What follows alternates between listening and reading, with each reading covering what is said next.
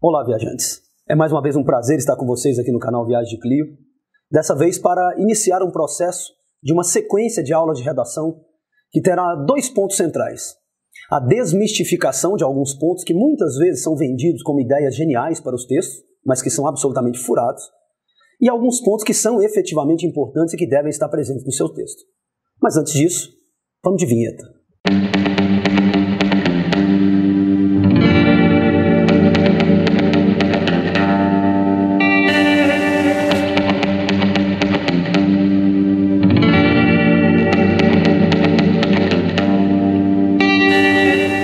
Pois bem, o primeiro ponto importante é a questão da pessoalidade no texto dissertativo argumentativo. Todos sabemos que o texto dissertativo argumentativo é um tipo absolutamente acadêmico e, portanto, totalmente impessoal, diferente de outros textos de natureza argumentativa, como o artigo de opinião, o editorial.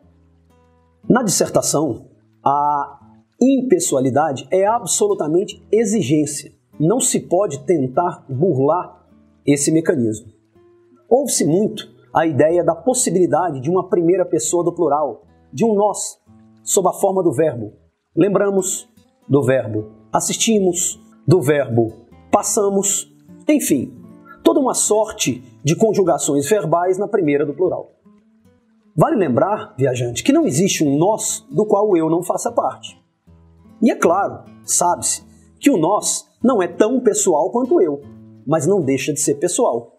É uma espécie de eu diluído em muitos outros eus. O nós é um mecanismo muito utilizado no texto artigo de opinião. Se você usa uma, duas, três vezes na dissertação a primeira pessoa do plural, já vai carregando o texto com a marca de pessoalidade que, se somada a um, dois, três adjetivos mais agudos, um, dois usos de modalizadores textuais, carrega por demais o texto com elementos marcados de pessoalidade. Portanto, evitemos a primeira do plural. É possível trocar esse mecanismo textual pelo índice de indeterminação do sujeito. Aliás, normalmente, faz uso do mecanismo primeira pessoa do plural aquele que não sabe utilizar o índice de indeterminação do sujeito. É uma insuficiência, uma incapacidade que é camuflada por meio de um uso que disse positivo, disse correto, mas de fato não é.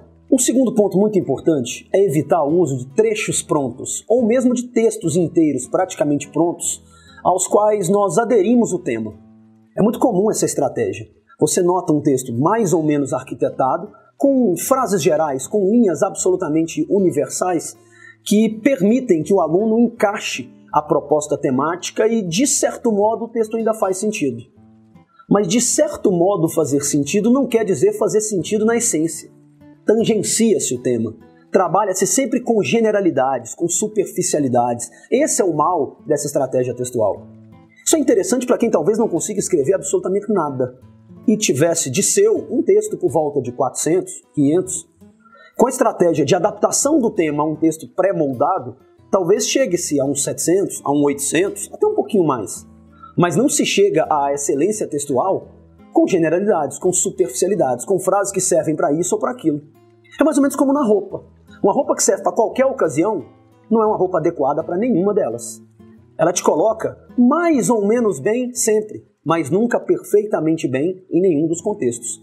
Fuja desse modelo. Esse uso artificial, essa joia rara em meio a um texto que não traz essa linguagem como padrão, deixa claro, deixa evidente que o uso é um uso que visa a enganar o corretor, a fazer dar uma ideia para o texto que não condiz com a que ele efetivamente tem ou possui. Seja claro, seja sincero em relação ao seu padrão linguístico. Há um trecho de A Poética de Aristóteles em que ele fala sobre os gêneros literários, sobre a arte, enfim. E ele diz o seguinte: a natureza é perfeita porque é simples, bela e harmônica. A perfeição é, portanto, a junção de beleza, simplicidade e harmonia. A beleza pouco simples, a beleza sofisticada, ela não é tão perfeita. Do mesmo modo, a beleza desarmônica, trechos genialmente bem construídos ou palavras sofisticadíssimas em meio a um texto precário vocabularmente, deixam bastante evidente que aquele uso é artificial, é ensaiado, é pensado. É aquela rima, o rubi engastado numa joia mal elaborada. Evite também essa falha. Não adianta fazer palavras complexas se o resto do texto é ruim. O quarto ponto que nós queremos retirar do seu texto é a ideia da obrigatoriedade de uma frase síntese que inicia a conclusão do texto dissertativo argumentativo modelo Enem. É comum que nós ouçamos que isso é obrigatório, que se deve fazer uma síntese do que foi trabalhado nos parágrafos anteriores antes de se apresentar as propostas que solucionarão ou mitigarão os problemas apresentados. Isso é absolutamente inválido. O que será de fato avaliado na sua proposta é o quanto essa proposta está atrelada à discussão desenvolvida e o quão completa ela é a fim de merecer os 200 pontos.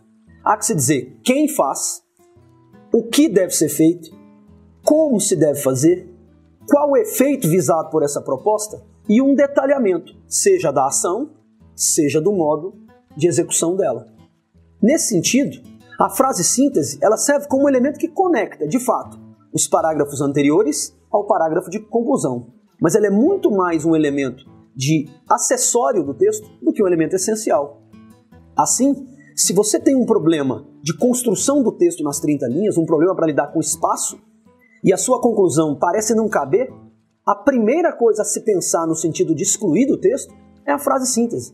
O que você deve ter em mente é que ela não é imprescindível, ela não é necessária, ela é um acessório. Ela é um algo a mais que o seu texto pode ter se houver possibilidade. Do mesmo modo, aquela síntese, aquele período final reflexivo que talvez retome o título, isso também é absolutamente acessório. É uma liberalidade que você, caso tenha espaço, pode vir a construir no texto. Não tome isso como imprescindível, não tome isso como essencial. Essencial, em conclusão, é a inserção de uma proposta vinculada ao problema desenvolvido com a presença dos 4 agentes válidos e detalhamento. O quinto elemento importante é nós evitarmos o uso de pleonasmos, de repetições desnecessárias, como a que comumente é vista em textos quando você quer fazer uma referência temporal. Veja o exemplo. O Brasil passa atualmente por problemas graves ligados ao seu sistema prisional. Ora, se o Brasil passa, é atualmente. Pois se já passou, não passa, se passará ainda, não passa. Deixa o verbo dizer o tempo. Todo verbo é conjugado num determinado tempo, que é o tempo acerca do qual se está falando. Então, se o verbo diz o tempo, essa locução que indica o tempo é desnecessária. E ao lado do verbo, constrói uma situação pleonástica. Não se esqueça que essa aula será continuada por outras que serão um complemento desse raciocínio acerca da redação. Não se esqueça também de, caso tenha gostado, indicar que gostou, se inscrever no canal, publicar e tentar compartilhar os vídeos dos quais você tenha gostado, ajudando à expansão do Viagem de Clio, que é um projeto muito interessante que visa ao sucesso de vocês. Caso haja alguma necessidade de aprofundamento, procure www.textutura.com.br. Lá, no que tange a redação, língua portuguesa e literatura, nós trataremos de te auxiliar também mais a miúde. No mais, um abraço e até o nosso próximo encontro.